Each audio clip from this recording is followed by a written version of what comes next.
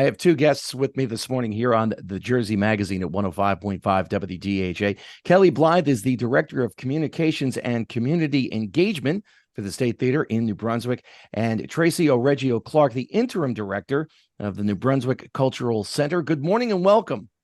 Good morning. Thank you so much for having us. Good the morning. New Brunswick Cultural Center Arts New Brunswick celebrating its 13th annual Hub City Sounds, which runs now through November 1st. Kelly, tell our listeners about this program. Yes. So this program the New Brunswick Cultural Center has put together is a slew of activities and events for all ages. So very exciting. You've got music, you've got dance, you've got history, is celebrating New Brunswick, celebrating Middlesex County. We've got food, right? Very important. We've got all the things that you know that you want to celebrate and in a festival season, right? Because summer through fall, as far as I'm concerned, that's always festival season, right? Sure. Especially on the banks of the Raritan. Tracey, what's the history behind the event? So Hub City Sounds started to attract our visitors and guests to parks and outdoor spaces. It actually came from the city of New Brunswick's mayor, James Cahill. And the vision behind it was to bring national renowned artists from the area into New Brunswick. That was the original vision. Then we decided to revamp it a little bit and feature the densely populated cultural and artistic performers and artists here in New Brunswick to attract people in New Brunswick. You already have the love of your community organizations and your artistic and cultural organizations. Why not celebrate what you have at home first and attract people from the outside to come in, right? So then we featured state theater performances, George Street Playhouse, Crossroads, American Repertory Ballet, and then we also branched out to different community organizations to join us as well. So over the years, we just revamped to just showcasing all of the cultural and artistic offerings that the city of New Brunswick, and like Kelly mentioned, the county of Middlesex has to offer. We are so excited every year, and I cannot believe that we're in our 13th season.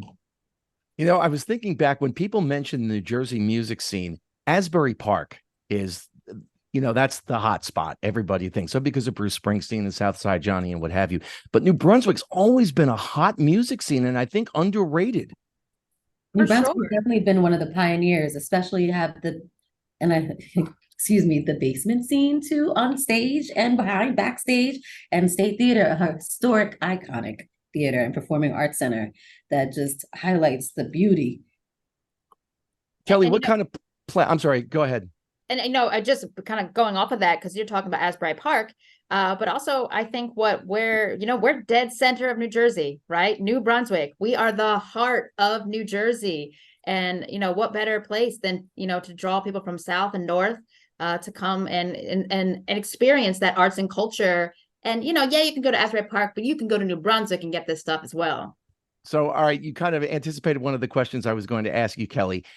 Is there a central New Jersey? This has been the raging debate. There's a North Jersey, there's a South Jersey. I've always thought, it's right in the center. Yeah, there is a center. There is. And this is me. I come from South Jersey and now live in Central Jersey. So, yes, there is a Central Jersey. I know that's a hot debate, right? Pork roll, Taylor ham. I know. But New Brunswick is definitely the heart and definitely centrally located. Northeast Corridor, bus, rail, even boat. You can come here by boat as well. So, and it's been a major export-import place from the beginning of time, essentially.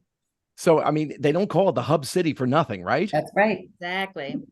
Kelly Blithe, my guest, along with Tracey Clark here at 105.5 WDHA on the Jersey Magazine. Tracey, what kind of planning goes into an event that runs over the course of multiple months? That's a very good question. The one part of planning is participation of your partners or from your partners. And that's what the most successful or makes it most successful. We start planning a year in advance, if not 2 years, and always thinking about the next year and the next year after. And what can help, or what do you want to experience even more the next year? What can we always improve on? What can we always offer? What more can we offer? What more can we give?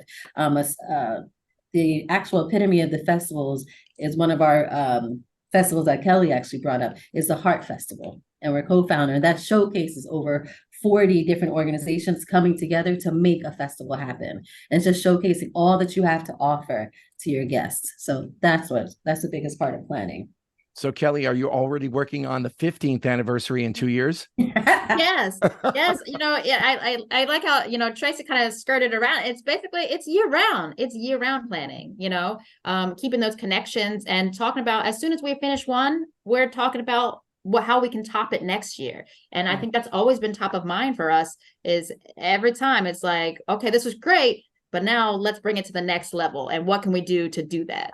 So when do you actually get a chance to just go, we did it, before you ramp it back up again? Jim, we're in the arts. This is what we live for. This is what we do.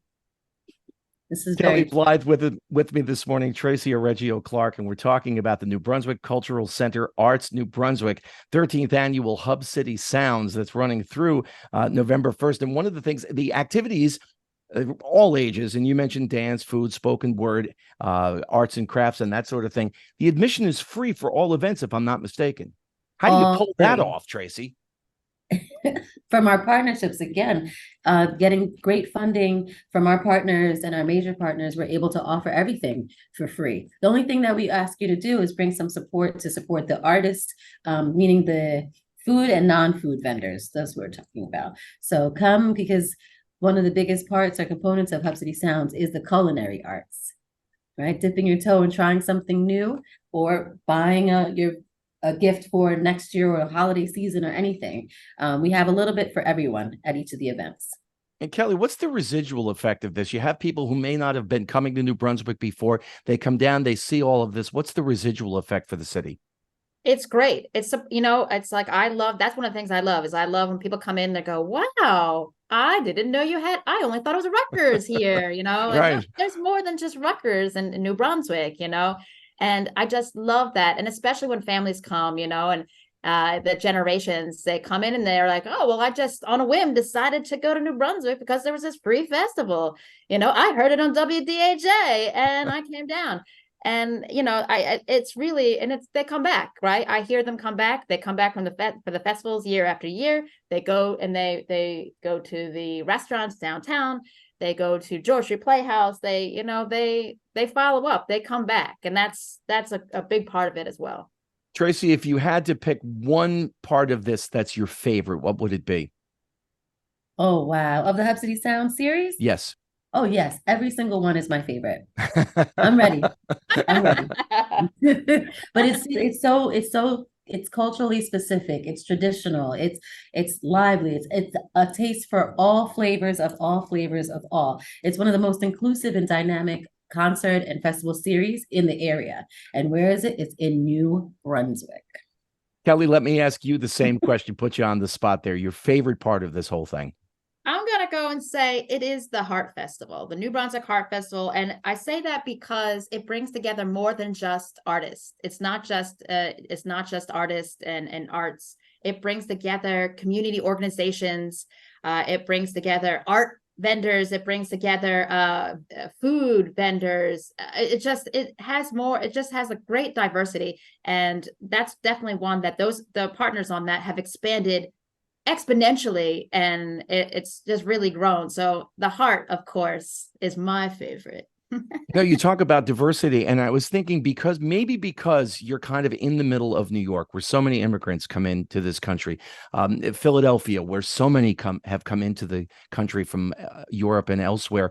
New Brunswick has struck me always as a very, very diverse city, a very diverse area, whether it's racial, religious, whatever. It's like a hub. It's a hub, obviously, but a melting pot, much like New York City is. It is, and I think that's what this whole series of events definitely showcases, right? And like when Tracey's saying, it may be, it might be the food of a culture you're not used to, eating, right? But that's what I love about this whole thing, is that it is showcasing the diversity of New Brunswick, no doubt. One of the things that I always like to do is if I'm going to a place here in New Jersey, or I want to learn a little bit about it. I've been the pitching coach the last couple of years at Jonathan Dayton High School in Springfield. I had no idea who Jonathan Dayton was. So I look him up. I find out that he was one of the youngest people, if not the youngest, to sign the Declaration of Independence. I've been in New Brunswick countless times over the years. Never knew that New Brunswick was the site of one of the first public readings of the Declaration of Independence. Yes. A I think it handful was of the days. third, right? July 9th of 1776. Never knew that. What other kind of surprises are there for people with regard to New Brunswick, Kelly?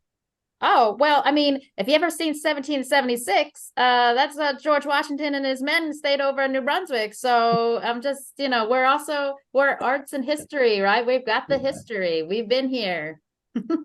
And State Theater also celebrated their 100th, their centennial. Yes. Yeah, that's a great point. We are 101 years old. There's not many of us out there of those, over 100 years old theaters. So I think that's a big part of what people don't realize is New Brunswick has a lot of history, and we actually have we'll be showcasing that throughout these events as well. So that you don't want to miss that out. So little fun facts. Tracey, for WDHA listeners who want to learn more about this festival, where do they go?